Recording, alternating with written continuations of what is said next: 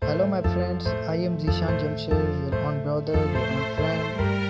Today I will tell you how to share the link of our YouTube channel.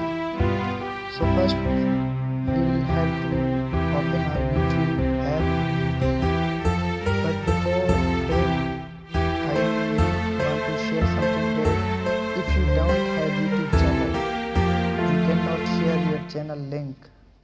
It's important that you should create your YouTube channel before the sharing. If we enter in our channel, then we will go in my channel, and here you will see the dotted line below the channels. We will go in there and we will touch on share. Then some apps are in front of us. If you want to share on WhatsApp, then go in WhatsApp and send email. So if you liked my video, please